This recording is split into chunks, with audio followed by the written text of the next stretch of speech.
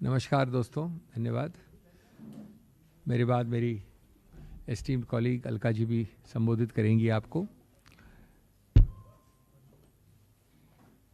एक अत्यंत गंभीर मामले में एक बहुत व्यापक निर्णय आज आया है और उसके हम विविध पहलुओं का अभी चर्चा करेंगे, लेकिन मूल बात जो है उसको बड़े सीधे शब्दों में, स्पष्ट शब्दों में कहना आवश्यक है कि आज बलात्कारियों को बचाने की प्रक्रिया जो इस राजनीतिक पार्टी, जो सत्तारूढ़ पार्टी है, ने अपनाई है, आज बचाना तो दूर, अपना मुंह छुपाने के लिए उनको जगह नहीं होनी चाहिए। अगर थोड़ी भी शर्म है तो उनके सभी जुमले, कभी बेटी बचाओ, बेटी पढ़ाओ, अनेक जुमले हैं। जुमलों की सरकार है, स्पेशलिस्ट है जुमलों में। सब जुमले एक बार में एक्सपोज हो गए हैं, असली चेहरा सामने आ गया है। और अगर आप मुंह छुपाने चाहते हैं तो उसके लिए चादर खोजते रहिए। मुंह छुपाना इतना आसान नहीं होगा। उन दोषियों को जिनको आपने सीधा बचाने की प्रक्रिया की, प्रयत्न किया, क्योंकि वो एक कारावास की जिंदगी से छुटकारा पा ले, जबकि कारावास की जिंदगी के अंदर भी उनको हर प्रकार की सहूलियत दी गई थी, उसी केंद्र सरकार द्वारा, उसी प्रदेश सरकार द्वारा। इतने आसानी से न पाप निपटता है, न पाप छुपता है। As George Orwell had said, in a time of universal deceit, even telling the truth, the simple truth, is a revolutionary act. This judgment, the content, the contours, it is a revolutionary judgment because simply speaks the truth. It shows the mirror to power, to arrogant power, to punch drunk power.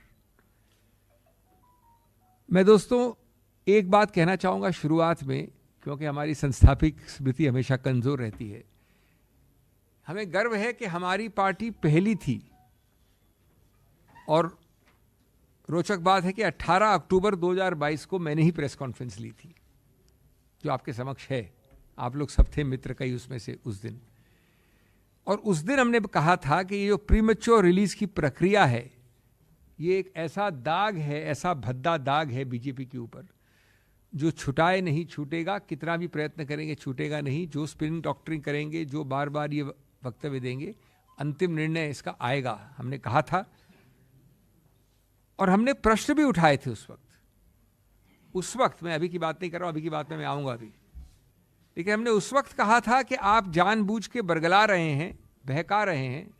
मैं बात कर रहा हूं अक्टूबर 2022 की, जानबूझकर इसी podium से। ये पार्टी पहली पार्टी थी कि आप बरगला रहे हैं, बहका रहे हैं, लेकिन आप मिनिस्ट्री ऑफ होम अफेयर्स ने शामिल होकर इसकी एक अनुमति दी थी। तब हमारे पास पूरे तथ्य नहीं थे, तब भी हमारे वक्तव्य को पढ़िए, हमने कहा था ये। आज इसका पुष्टिकरण हुआ है पूरी तरह से। और आप लोगों को बरगला रहे हैं, झुटला रहे हैं, कह के कैसा हमको पता नहीं, शायद दिया हो, शायद नहीं दिया हो, कहाँ है मालूम करेंगे। ये तो प्रदेश सरकार का निर्णय। ये अलग बात है कि प्रदेश सरकार भी उसी सत्तारूढ़ पार्टी की सरकार है, वो बात अलग है। लेकिन आप इस प्रकार से मुंह चुरा रहे थे। और उसके बाद क्या हम भूल गए हैं इतनी जल्दी? क्योंकि हमारी संस्थापिक स्मृति कई बार कमज़ोर होती है। जैसा मैंने कहा, क्या क्या शब्द इस्तेमाल हुए थे, आप ही लोगों के समक्ष थे, वो आपकी मीडिया ने प्रादुर्भाव किए हैं उसका। संस्कारी परिवार, ब्राह्मण परिवार, ये बड़े कटु शब्द हैं, माफ करिएगा, लेकिन ये शब्द मेरे नहीं हैं, ये आपने पारदर्श किए थे। ऐसे भयानक मौके पर, और ये वो समय है जब ये हुआ प्रीमेच्योर रिलीज, और आज का निर्णय, उस समय की बात कर रहा हूं मैं। फिर क्या आप भूल गए आपके अखबारों की सुर्खियों में जो फोटो छपी थी? मैं गुलदस्ते दे रहा हूं आपको, मैं आपका स्वागत कर रहा हूं, मैं एक फंक्शन कर रहा हूं, मैं बधाई दे रहा हूं। ये आपने छापा था, आपके सामने है वो, बेशर्मी से। और बार बार मांगने के बाद क्या आपने कारण दिए? वो फाइल पे छुपा के रखे अंत तक। ये हुआ एक फेज। दूसरा फेज भी मैं निर्णय पे नहीं आता हूं अभी, उसके पहले एक बीच का फेज है। मैं पहले ही खुलासा कर दूं कि मैं इस पे पेश हुआ था, बाद में नहीं, शुरुआत की कई हियरिंग्स पे। हर प्रयत्न किया गया इस सुनवाई में, और मैं जिम्मेवारी की हैसियत से कह रहा हूं, एक वकील ने नहीं, दो वकील ने नहीं, तीन वकील ने नहीं, सैकड़ों वकीलों ने आके अभियुक्त की तरफ से नहीं, सरकार की तरफ से समय पर समय पर समय पर समय मांगने का। ऑर्डर शीट उठा के देख लीजिए आप, कितनी बार समय मांगा गया। इसकी शुरुआत की बेंच कौन सी थी? खंडपीठ जिसको कहते हैं आप। एक जज का नाम था माननीय श्री जोसेफ, दूसरी जज का नाम था माननीय मिस नागरत्ना। उनके सामने 1.5-2 महीने सुबह पेश हो रहा था, मैं खुद भी था, लेकिन ऑर्डर शीट दिखाती हैं।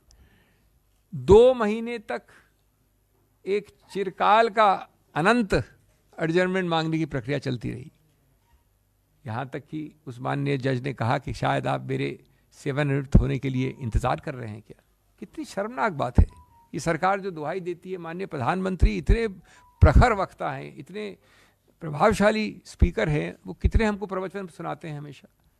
उनकी सरकार ये कर रही है, उनके नाक के नीचे एक शब्द तो नहीं सुना हमने उनसे कभी भी, इतने प्रखर वक्ता से। उसके बाद भी जब वो माननीय न्यायमूर्ति सेवानिवृत्त हो गए, उसके बाद फिर प्रक्रिया शुरू हुई, अनंत काल की, विलंब की, अवरुद्ध करने की, सैकड़ों बार। इसलिए कहते हैं कि देर हो सकती है, अंधेर नहीं होता। The arms and the ears and the eyes of the law are long. Ultimately, the wheels of justice crush and crush and crush very finely. Friends, ये भी नहीं भूल सकते आप कि कितना भयानक संदर्भ था। ये आसान है, हम बिल्किस बानो एक नाम लेके केस डिस्कस करते हैं, उस नाम के पीछे संदर्भ क्या था? एक 19-20 वर्ष की महिला, 6-7 महीने गर्भवती, उनका बलात्कार होता है। उनके 14 मेंबरान परिवार की हत्या होती है, उनमें शामिल है एक 3 वर्षीय बच्चा। ये हमको कोई कहने में, मैं तो खुद कांप उठता हूं आज भी, लेकिन ये किसी भी सिविलाइज्ड समाज में ऐसी बात कहना ही भयानक है, बेदर्दी की सीमा है। और उसके बाद आपने ऐसे लोगों को प्रीमेच्योर रिलीज किया। उनको मृत्युदंड नहीं मिला था। कई लोग मानते हैं कि मृत्युदंड नहीं मिला, गलत है। कानून के अनुसार ये रेयरेस्ट और रेयर केस में आता है, निश्चित रूप से आता है, लेकिन उस बात को छोड़ दो, एक अलग डिबेट है। जो मिला उनको सीमित दंड, उसको आपने प्रीमेच्योर रिलीज कर दिया। और आज आपने कम से कम उस रिलीज के बाद उच्चतम न्यायालय में नहीं तो 2 साल से ज़्यादा 3 साल निकाल दिए हैं इस प्रक्रिया में, कि किसी तरह से हम अवॉइड कर जाएं, मुद्दे को अवॉइड कर जाएं। आज सरकार के सामने एक मिरर रखा है, कोर्ट ने एक शीशा रखा है, जिससे कि एक घृणात्मक तस्वीर आती है। पूरा निर्णय पढ़ने लायक है। प्रेस कॉन्फ्रेंसेस में ये प्रथा नहीं है, न समय होता है। मैं आपसे अनुरोध करूंगा कि पढ़िए इसको, लेकिन मैं 4-6 पंक्तियां पढ़ भी दूं आपके लिए। Taking advantage of May 13, 2022 order of this court. हमारी प्रेस कॉन्फ्रेंस अक्टूबर में हुई थी और ये माननीय जज भी सेवानिवृत्त पिछले वर्ष हुए थे। Taking advantage of the May 13, 2022 order of this court, other convicts also filed remission applications and the Gujarat government passed remission orders.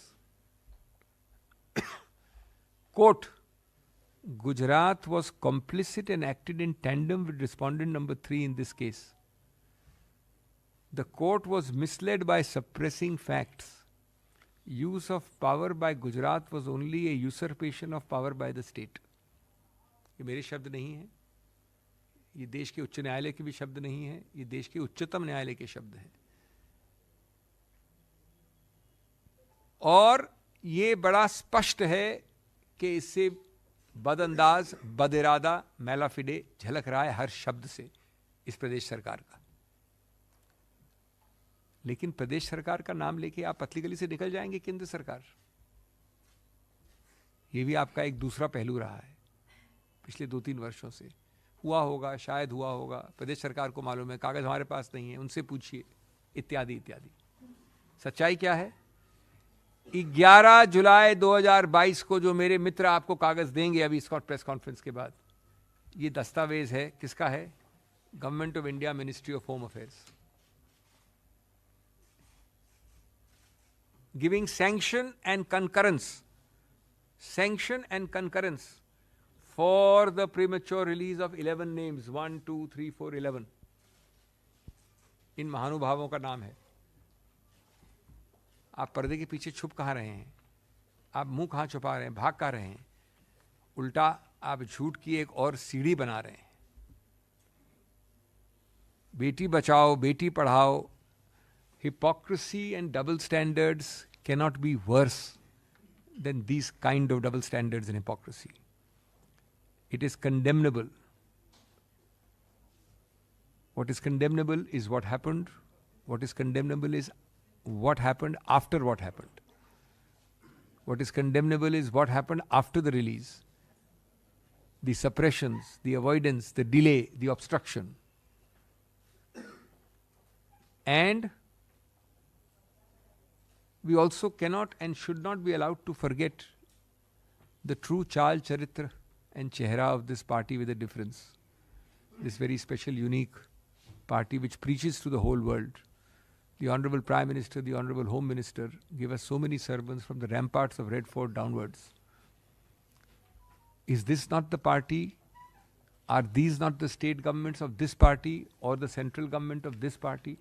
State governments of this party or the central government of this party that has great souls and giant men like Member of Parliament Brij Bhushan Sharan Singh?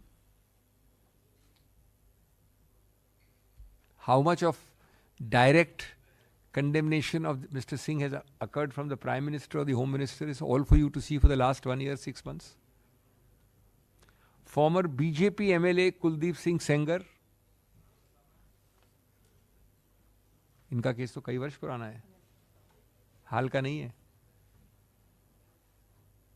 Farmer Haryana minister Sandeep Singh Saini, mister Ramesh Jarkiholi from the south, Kashmir से कन्याकुमारी का पूरा उन्होंने map बना रखा है. BJP MP Chinmayanand, a former BJP MLA Mr. Ramdular Gaur who was convicted on rape charges. So many more names I have. Of course, there is a name from the north, a so-called holy person from the BJP state of Haryana who seems to be coming out on parole every time anybody sneezes. It is almost, of course, it is not true arithmetically, but it is almost true that he has spent more days out on parole than more days inside. Every 2 or 3 weeks at least, I have stopped even noticing. I hear in the newspapers that he has been sent out for parole. I only wish that the under trials, far less guilty than this person from Haryana, got this fantastic releases, rest, paroles, exits. Somehow other people are not 1/100th as fortunate as this gentleman. All this is happening under this government's nose. It is happening with this government's active connivance. It is happening with this government's clear approbation, implied or explicit. It is happening because these are cheap political tactics. These are, and that is the worst part of it, humanity has been kept aside because everything is audaciously judged in the matrix of cheap politics. And therefore, friends, I would like to end by saying that I will again request you all to read the judgment, and for a minute each citizen of India not each Mahila, not each man, but everyone must put himself or herself in the shoes, in the mind, in the face of Bilkis Bano. And ask yourself how she must be feeling all these years. It's a different matter that the Supreme Court has brought the whole full wheel. It's a different matter that there is justice delayed but not justice denied. But has not every institution of the ruling BJP in Gujarat and in the center failed this woman, this Bilkis Bano, completely? And were it not for a series of free-spirited and spirited individuals, be it NGOs or be it lawyers who stood up for her, maybe this would be another buried statistic. All because of this party which preaches without practicing, which sermonizes without following anything. Thank you very much.